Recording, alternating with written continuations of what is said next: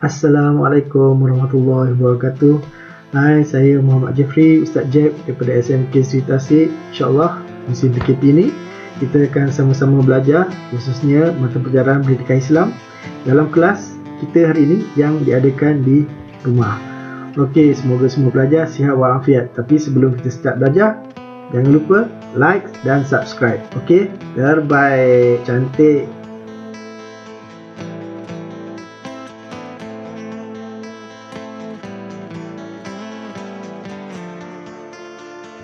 InsyaAllah, standard pembelajaran untuk tajuk ini, tajuk persembelihan, kita berharap mengatakan maksud hukum dan dalil persembelihan. Kedua, kita mengharapkan dan syarat sah perkara sunat dan perkara makruh sembelihan. Yang ketiga, kita mengarah sembelihan dari sudut syarak dan sains. Dan seterusnya, terakhir, terhadap haiwan secara beradab dan istiqamah.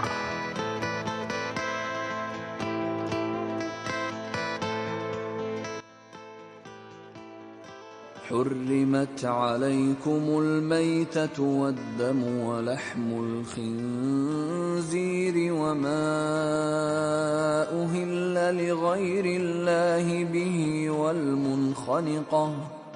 والمنخنقة والموقوذة والمتردية والنطيحة وما أكل السبع إلا ما ذكيتم. Surah Al-Ma'idah ayat 3. Maksud dia, diharamkan kepada kamu bangkai, darah, daging khinzir, binatang-binatang disembelih bukan kerana objekik, yang mati dipukul, yang mati kerana jatuh dari tempat yang tinggi, yang mati ditanduk, yang mati dimakan binatang buas, kecuali yang sempat kamu sendiri. Allah menyuruh kita menyembelih haiwan. Halal untuk makan haiwan yang disembelih.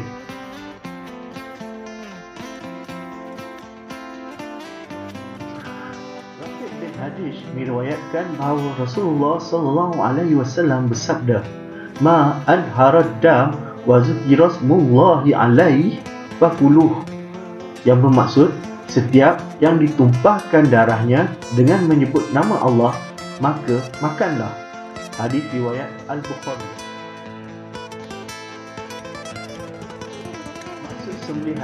Maksud sembelihan daripada segi bahasa adalah memotong. Daripada segi istilah, menyembelih binatang yang halal dimakan dagingnya dengan cara memutuskan dua urat, iaitu urat halkum dan urat merih.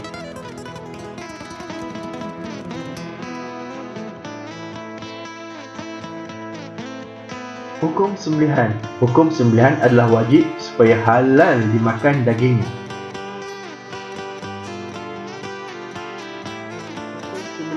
Hukum sembelihan ada 3. Pertama, penyembelih. Kedua, haiwan sembelihan. Ketiga, alat sembelihan.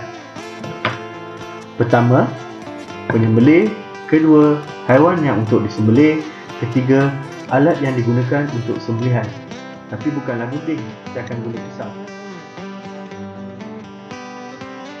Syarat sah sembelihan. Syarat sah sembelihan bagi penyembelih beragama Islam atau ahli kitab. Halal sembelihan daripada ahli kitab kerana niat sembelihan mereka adalah kerana Allah Ta'ala. Siapakah kitab ialah keturunan Bani Israel yang beragama Yahudi dan Nasrani. Sembelihan kanak-kanak dan perempuan adalah sah dan halal untuk dimakan. Syarat sah sembelihan bagi penyembelih yang kedua adalah melakukan penyembelihan hanya kerana Allah Subhanahu Wa Ta'ala. Sembelihan yang bukan kerana Allah Ta'ala adalah haram dan tidak sah dimakan. Contohnya, sembelihan untuk membuat persembahan kepada kubur keramat. Syarat sah sembelihan pada haiwan sembelihan masih mempunyai hayat mustaqirah. Jika binatang yang disembelih hampir mati, binatang tersebut tidak halal dimakan. Dengan hayat mustaqirah ialah haiwan yang mampu bergerak dengan bertenaga. Antara tandanya termasuklah binatang tersebut meronta-ronta dengan kuat setelah disembelih. Yang kedua, putus urat halkum dan urat merih dengan segera dan sekali sembuh ialah saluran pernafasan dan urat merih ialah saluran makanan. Apabila kedua-dua urat tersebut diputuskan dengan segera, binatang tersebut akan mati dengan cepat. Akhirnya, syarat sah sembelihan bagi alat sembelihan yang dibolehkan ialah alatan yang boleh melukakan binatang sembelihan kecuali kuku, gigi dan tulang. Seperti yang saya bagi tahu sebelum ini berkaitan dengan saluran pernafasan dan saluran makanan, iaitu urat halkum dan urat maris yang berada di sebelah. Yang berwarna coklat itu adalah halkum, iaitu saluran pernafasan, diapit oleh warna coklat cair. Yang saya lukis itu warna coklat cair. Saluran makanan, iaitu urat maris. Okey, di atas ada merah dan biru, itu adalah dua urat, dua saraf berkaitan darah. Satu karotid arteri dan satu lagi jugular vein. Yang kita nak tengok sekarang ni yang tiga tu, halkum dan maris yang bawah tu. So bila kita ada halkum dan urat maris, so kita sembelih macam putus. Sebaik-baiknya daripada karotid arteri tu sampai jugular vein tu putus. Okey. Perkara sunat sembelihan. Perkara sunat sembelihan bagi penyembelih.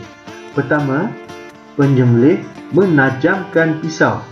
Disunatkan menajamkan pisau berpandukan hadis riwayat Abu Ya'la, iaitu kamu hendaklah menajamkan pisau dan menenangkan haiwan sembelihan. Menyembelih pada waktu siang. Disunatkan penyembelihan dilakukan pada waktu siang kerana ditakuti berlaku kesilapan ketika penyembelihan. Ketiga, menghadap kiblat. Disunatkan penyembelih dan binatang sembelihan menghadap arah kiblat kerana kiblat ialah tempat mulia bagi umat Islam.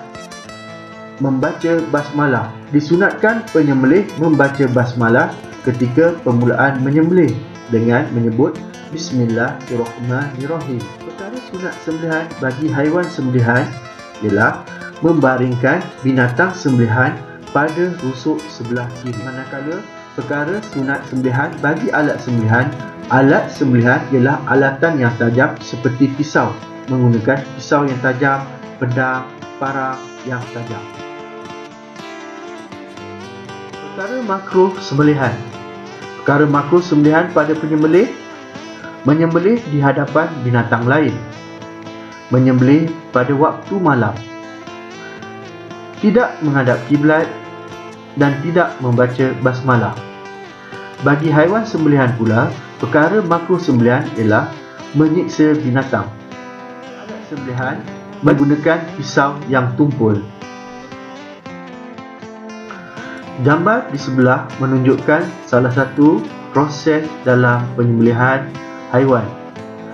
Penggunaan water stunner dalam proses penyembelihan ayam adalah harus. Electrical stunning dalam penyembelihan lembu adalah harus. Hikmah sembelihan dari sudut syarak dan sains.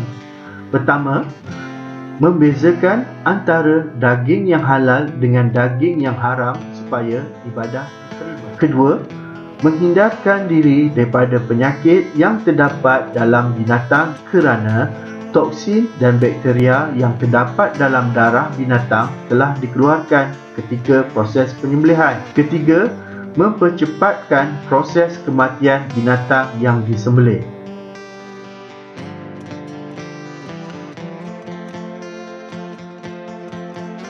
Alhamdulillah, selesai juga kita belajar hari ini. Okey, insyaAllah apa yang kita belajar hari ini, apa yang kita dapat hari ini akan jadi panduan dalam hidup kita dekat Islam. Bukan sekadar belajar, tapi kita kena amalkanlah. Okey, semoga kita berjumpa lagi tajuk yang lain, insyaAllah. Jangan lupa like dan subscribe. Dan juga selain daripada apa yang kita bincangkan tadi, yang kita belajar tadi, isi mata pelajaran ini juga boleh didapati pada buku Pendidikan Islam, buku teks, boleh rujuk kat sana. Dan untuk belajar-belajar Ustaz SMK Sri Tasik, jangan lupa jenguk-jenguk dekat Google Classroom, ada latihan kat sana. Kena buat, tak buat habis korang. Cantik.